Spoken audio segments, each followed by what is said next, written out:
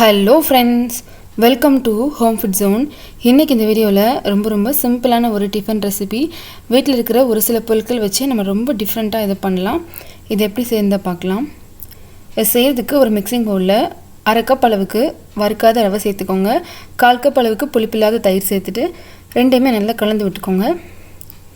ஒரு 5 நிமிஷம் மட்டும் இதை அப்படியே ஊற வச்சிடலாம்.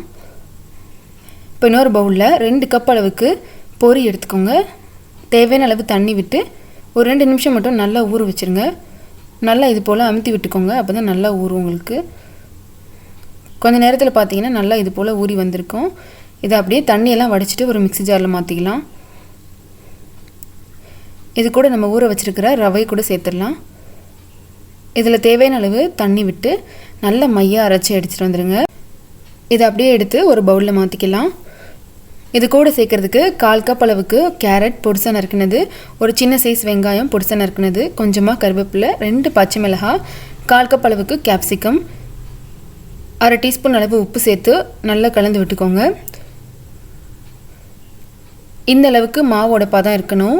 கெட்டியாக இருக்கிற மாதிரி இருந்ததுன்னா எக்ஸ்ட்ராவாக கொஞ்சம் தண்ணி சேர்த்து கலந்துக்கோங்க. இப்போது இன்னொரு பவுலில் ஒரு சின்ன சைஸ் மாங்காய் தோலை நீக்கிட்டு இது போல் நல்லா பொடிசா நறுக்கி எடுத்துக்கோங்க. இதில் ஒரு பிஞ்ச் உப்பு, ஒரு 1/4 டீஸ்பூன் மிளகாத்தூள் கூட சேர்த்து நல்லா கலந்து விட்டுக்கோங்க. இதுவும் தனியாக இருக்கட்டும். இப்போ நம்ம செய்ய ஆரம்பிக்கலாம்.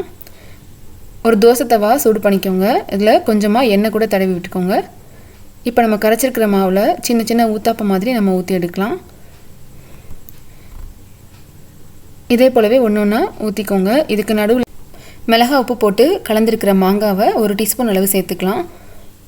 எல்லா பக்கமும் படுற மாதிரி இது போல் பரப்பி விட்டுக்கோங்க. தேவைப்பட்டதுன்னா மேலே கொஞ்சமாக எண்ணெய் கூட சேர்த்துக்கலாம். ஒரு சைடு நல்லா வெந்து வந்ததும் இதை நம்ம திருப்பி விடலாம். அதிக நேரம்லாம் எடுக்காது. ஒரு 1லேருந்து 1.5 நிமிஷத்துக்குள்ளே நல்லா வெந்துடும். இப்போ திருப்பி விட்டு ஒரு நிமிஷம் அப்படியே வெயிட் பண்ணலாம். 2 சைடும் நல்லா வெந்து வந்ததும் இதை நம்ம வெளியில் எடுத்துடலாம். ரொம்ப சிம்பிளான அதே சமயத்தில் நல்ல டிஃப்ரெண்ட்டான ஒரு பிரேக்ஃபாஸ்ட் ரெசிபி. கண்டிப்பாக எல்லாருக்குமே ரொம்ப பிடிக்கும். சைட் டிஷ் எதுவுமே தேவையில்லை. இது மட்டும் செஞ்சாலே போதும். கண்டிப்பாக இதே மாதிரியே நீங்களும் செஞ்சு பாருங்கள். இந்த ரெசிபி உங்களுக்கு பிடிச்சிருந்ததுன்னா லைக் பண்ணுங்கள், ஷேர் பண்ணுங்கள், கமெண்ட் பண்ணுங்கள். கண்டிப்பாக ஹோம் ஃபுட் ஜோனுக்கு சப்ஸ்கிரைப் பண்ண மறக்காதீங்க. இதே போல் இன்னும் நல்ல ரெசிபியோட நாளைக்கு உங்களை வந்து மீட் பண்ணுறேன். அது வரைக்கும் பாய்.